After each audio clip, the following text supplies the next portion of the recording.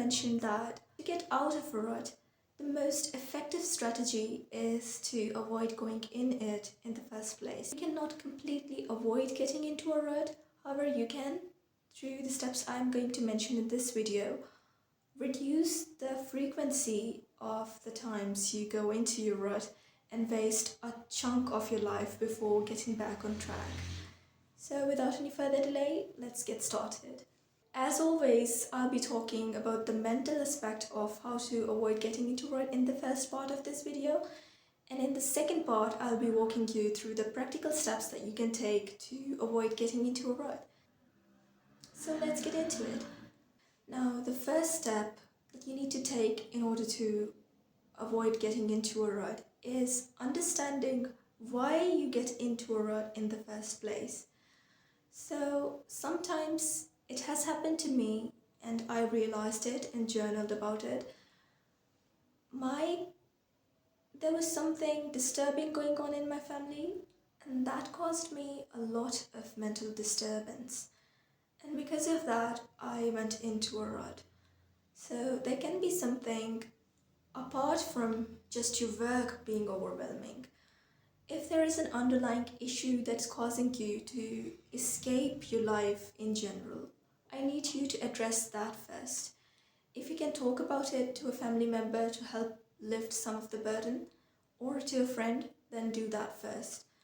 If you can change your perspective about that thing, then do that first. You need to heal the cause of what causes you to go into that rut, into that state of burnout, into that state of not wanting to do things and wanting to escape life altogether. If it is your work which is overwhelming and you are avoiding it, and that friction is something that is causing you to go into a rut, then you need to devise strategies how to make that work more manageable and not beat yourself up about it. So that links to our next point, which is stop comparing yourself. One of the reasons why your work sometimes feel overwhelming to you and you feel that you are not being able to do that is not because you actually aren't able to do that, but because you have been comparing yourself to someone who is doing it better than you. We all have our own capacities, we all have our own upsides, and we all have our rough edges as well. So it is completely foolish to compare yourself with someone who is doing better than you. The only comparison that you should have is to yourself. If you are doing even 1% better every single day, then that is so much better than you having a burst of energy, seeing someone else, and then going into that loop of comparison, and then eventually getting defeated by someone, and then feeling bad about yourself for not being able to get as much as someone else get done. It is crucial to ensure that the only person that you compare yourself to is your own self. Point number 3 when it comes to mindset is having self-love even when you're on your lowest point. It is very easy to love someone who is perfect, and it is easy to love oneself when we are doing the best things, when we are on track, when we are achieving the things which we promised ourselves we will. When you lose track of the path that you were walking on or you were supposed to be walking on, and when you are in a messy state, when nothing is going right, loving yourself at that lowest point is the actual determinant of how much self-love you actually have for yourself. And ironically, that is the time when we need ourselves the most. Here's where perspective comes into play. You can either think of it as, oh, I couldn't do it once again. Or you can think of it as, okay, so another opportunity, another weak point. I got to realize that this is another situation that can happen and make me stumble. When I get out of this and when I face this bravely, I am going to be stronger against one more thing. The people who stay most productive are the ones who, instead of going into a victim mindset that something bad happened to me or something so overwhelming happened in my life that I can't hold myself against it, so let me just sit down and not do anything. Instead of making an excuse, start shifting your mindset. There is not a single person on earth who doesn't have problems going on in their life. The difference between someone who goes into a rut versus someone who keeps on with their life is their mindset, their approach to dealing with whatever life throws at them. When something disturbing happens in your life, instead of adopting a victim mentality that, hey, something really terrible happened, making it an excuse to just rest and throw everything away and seeking an escape from life, that is going to take you nowhere. You need to realize that problems are going to happen as long as you stay on this earth. That is life. The way you deal with them, you can either say, I'm a victim and I cannot do anything anymore, or you can say that I am stronger than anything life throws at my face. So that was it about the mindset. Now we are going towards the practical steps which you can take to avoid getting into a rut. The most crucial thing which you need to keep in mind in order to avoid getting into a rut is how you take breaks. You heard it right.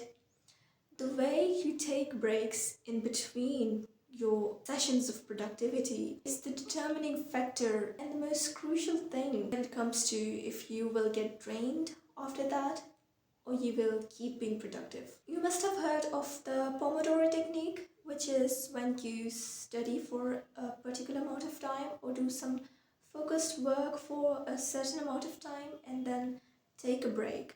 Taking breaks, and on top of that, taking the right kind of breaks, is something crucial to determining your energy levels. You can either take breaks when you feel like them and the right kind of breaks, or you can just keep grinding through until you are depleted of your energy after having done a single session of work. Now you are just lying down, feeling overwhelmed, feeling drained, not wanting to do anything, and end up in a rut. So, about the Pomodoro technique, I am not a fan of that because I think that when you are in a flow state, when you're doing work and really immersed in it, that is the most lovely state where you can achieve so much.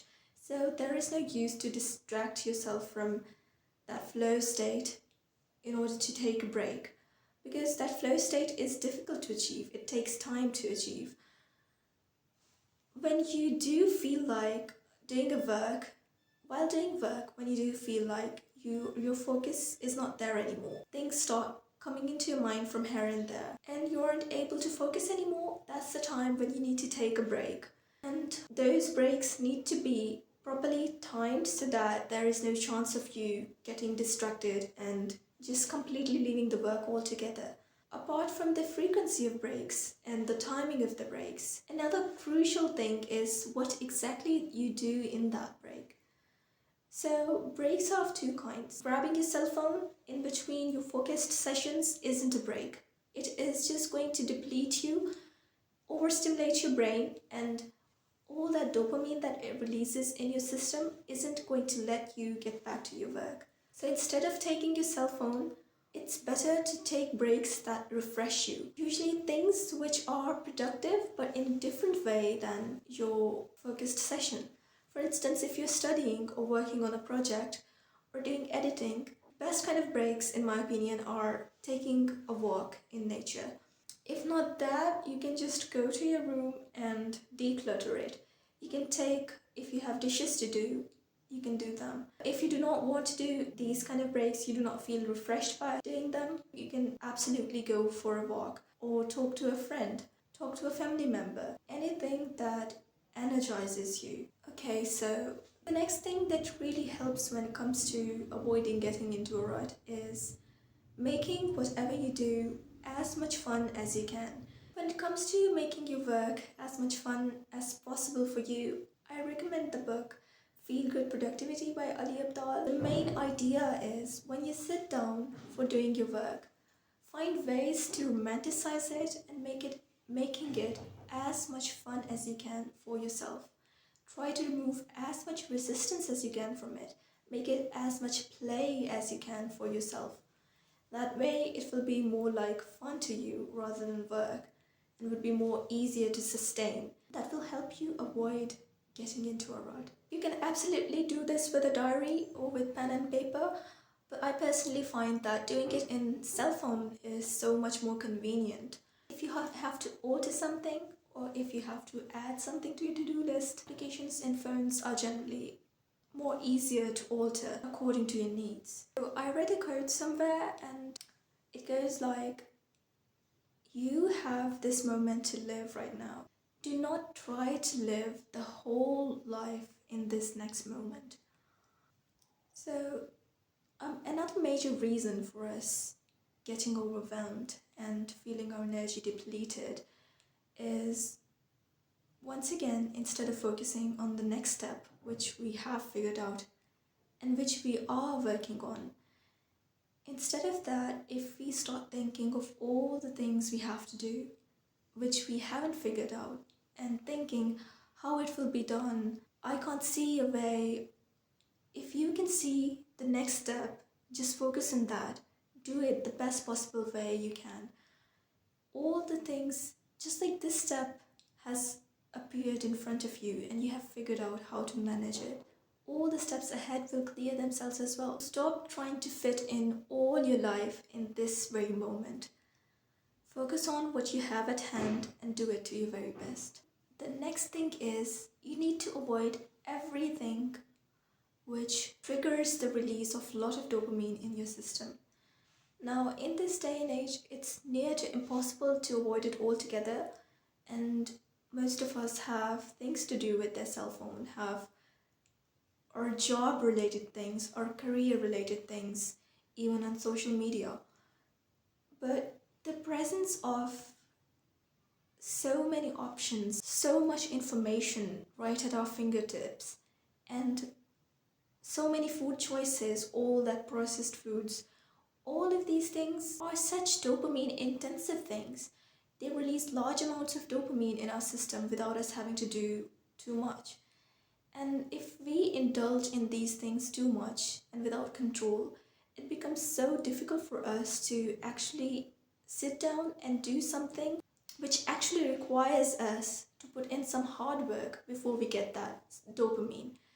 And usually, when we accomplish stuff, that dopamine is lesser as compared to this constant dopamine which you are giving to yourself if you keep doom scrolling, for instance. So, when that feeling of accomplishing something after putting in the hard work isn't releasing as much dopamine in your system as these things, why would you ever want to do any of this? That's why it is crucial to keep a balance and check on how much you allow yourself to indulge in these. Many call it cheap dopamine. So keep a check on how much of each of these you allow yourself every single day. Okay, so the next one is keeping a check on what you consume. This comes down to both the kind of energies that you surround yourself with. I always focus on the kind of energies you surround yourself with. It is said for a reason that it's essential to be mindful of the kind of energies you surround yourself with. For instance, recently I shifted my dorm rooms, and my new roommate is such a hardworking girl. And I keep seeing her that she's constantly putting effort in her studies. And she's so diligent about it. How she wakes up, how she sleeps, how she manages everything around it. And she is so serious about it. It automatically makes me want to put in the effort. It makes it seem easy for me just by looking at her doing it, even though it requires effort. But seeing those people who have mastered it already just gives us that illusion that it is as easy for us too. So it just removes some of that resistance and makes it easy for us to stay in that state of achieving things rather than going into a burnout state. Also, when it comes to keeping a check on your consumption, the kind of food that you intake has such a drastic effect on how you end up feeling. All this packaged food, all this processed food, the soft drinks, the occasional cheat treats are okay, but indulging in these kind of foods on a regular basis is detrimental to your energy levels, because we aren't designed to consume this kind of food with so much additives, with so much things we don't even know. Generally, switching to organic foods when it comes to what you eat overall raises your energy level. You might not be used to it at first, but eventually, if you get used to it, you will realize that that food is something that is going to energize you rather than drain you. This links us to our next point, which is being mindful of your health overall. So, this is pretty obvious, but if you aren't physically well, you would already fall into that rut-like state. You do not want to do anything when you are sick. So, taking care of your physical health is crucial in order to avoid going into a rut and keeping your energy levels high overall and keeping yourself on track. That also includes taking care of your body, taking care of your environment, making sure you do not catch cold, making sure you're dressed properly for the weather, also moving your body enough, going to the gym on a regular basis. All of these things are stuff which adds to energy so that you have enough to keep going. My last point for today's video is reset. Now, you have been constantly stimulated all day and have all that feeling of being overwhelmed by thoughts. Having focused all day, you need a proper deep cleanse. What I like to do in this regard is I like to go upstairs to rooftop or maybe out in the garden, and I like to take a stroll. You can also go and dim your lights, maybe whatever makes you feel comfortable, and just clear your mind. Let your thoughts flow. Kind of like meditation, but I need you to process all those thoughts, all those overwhelming feelings, so that you can have a clear mind. This also helps in your sleep, so that you are well rested the next day and can start everything you have to do in your best possible state. Regular walks are crucial. So that was it for today's video. Those were all the points which I think are helpful to prevent you from getting into a rut. Hit the like button, share this video with all the loved ones, and subscribe to my channel. I'll see you in the next video. Till then, take care and keep glowing.